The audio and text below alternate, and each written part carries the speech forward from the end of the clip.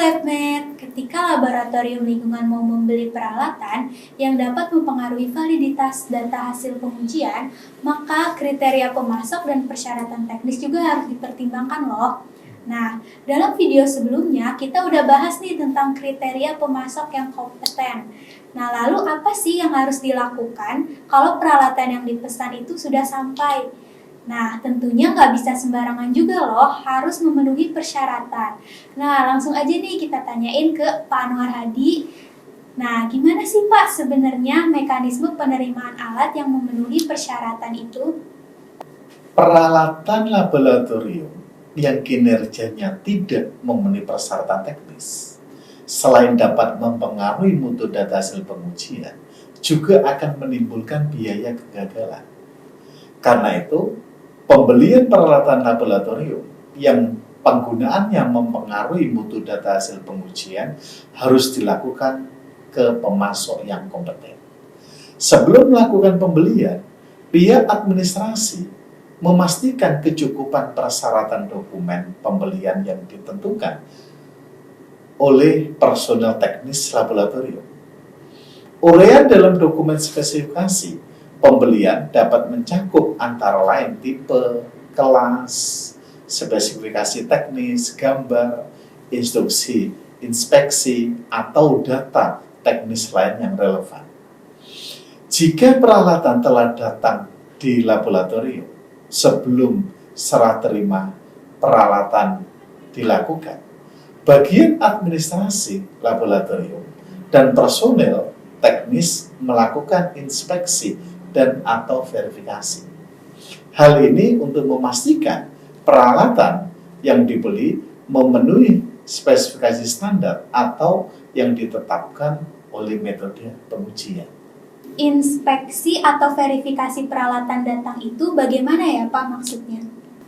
Verifikasi adalah konfirmasi melalui penyediaan bukti objektif bahwa persyaratan yang ditentukan telah dipenuhi. Sedangkan inspeksi adalah evaluasi kesesuaian melalui pengamatan dan penetapan. Jika perlu, dengan pengukuran, pengujian, atau perbandingan. Inspeksi atau verifikasi dilakukan misalnya dengan cara antara lain. A. Mencocokkan spesifikasi teknis peralatan dengan dokumen pembelian. B. Pemeriksaan visual setidak-tidaknya untuk tipe, jumlah, dan kondisi peralatan, serta perbandingan dengan peralatan yang ekivalen. Nah Pak, jika kita telah melakukan inspeksi atau verifikasi nih, apa yang terjadi jika ditemukan ketidaksesuaian antara peralatan yang datang dengan dokumen pembeliannya? Bila ditemukan ketidaksesuaian, peralatan dikembalikan kepada pemasok untuk diganti dengan peralatan yang sesuai spesifikasi teknis dalam dokumen pembelian.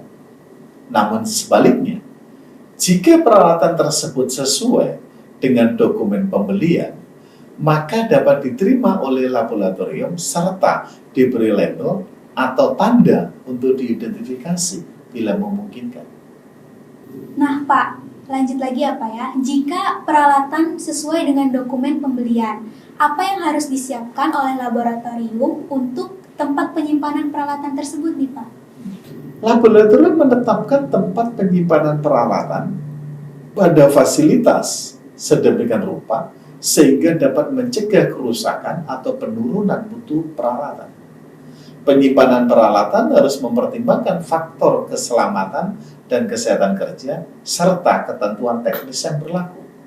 Jika ruang penyimpanan memerlukan pengkondisian suhu dan kelembaban, maka hal ini harus dipenuhi, dipantau, dan direkam. Sebelum peralatan digunakan untuk pelayanan jasa pengujian, commissioning harus dilakukan. Oh, commissioning ya Pak ya? Sebenarnya commissioning peralatan itu maksudnya apa ya Pak?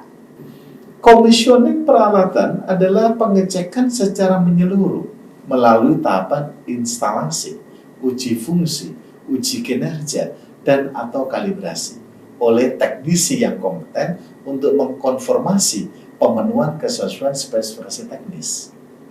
Nah Pak, jika demikian ya Pak, Commissioning peralatan tentu dilakukan melalui beberapa tahapan ya Pak ya.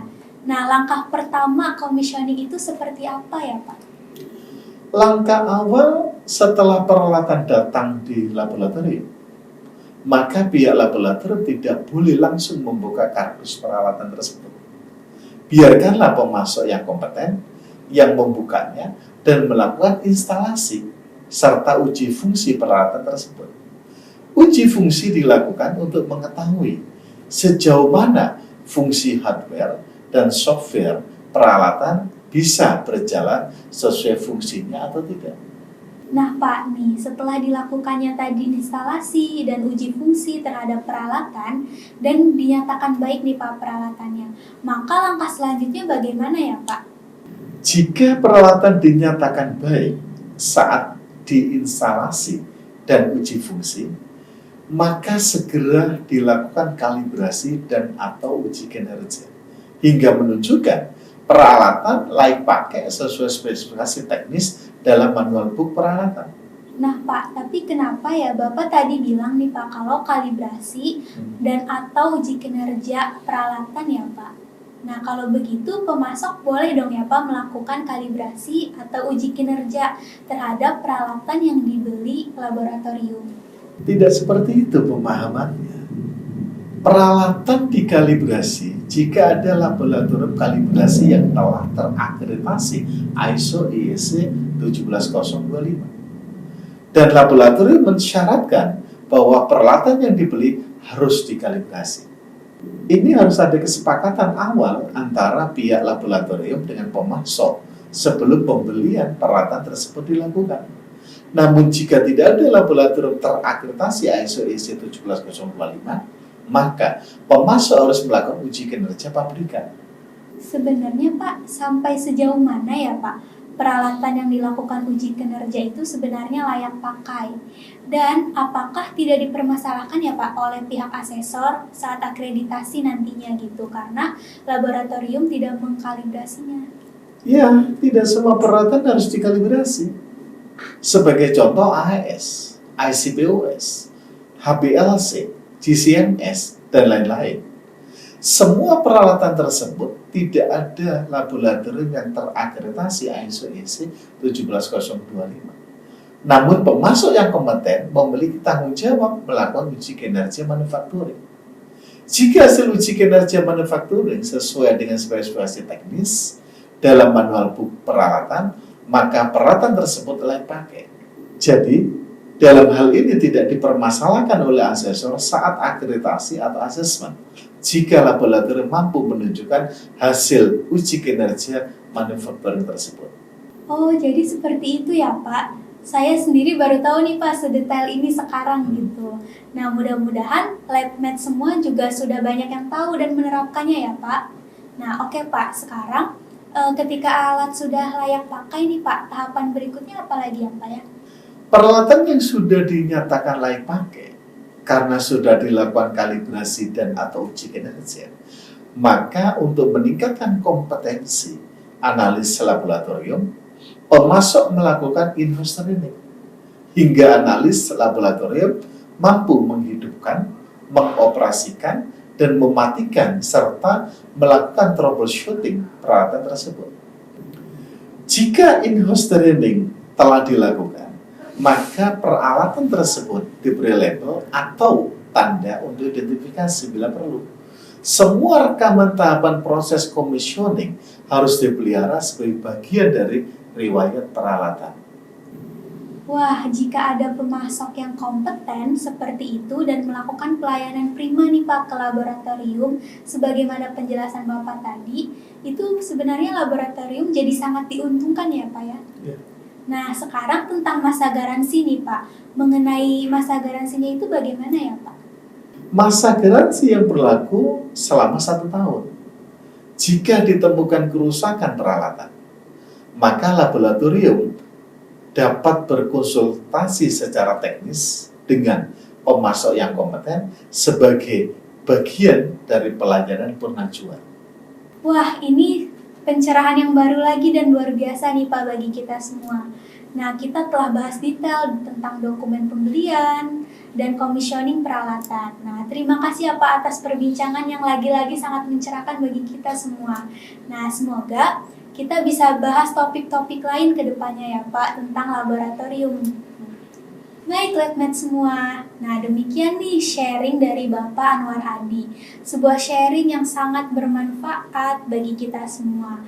Nah, apabila kalian masih punya pertanyaan nih, jangan lupa komen aja, tulis pertanyaannya di bawah sini ya.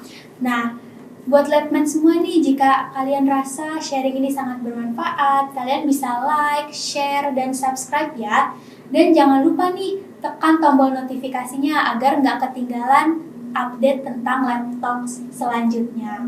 Nah, tetap jaga kesehatan, tetap semangat mengikuti sharing dari kami ya. Nah, terima kasih sudah mengikuti laptop kali ini. Sampai jumpa.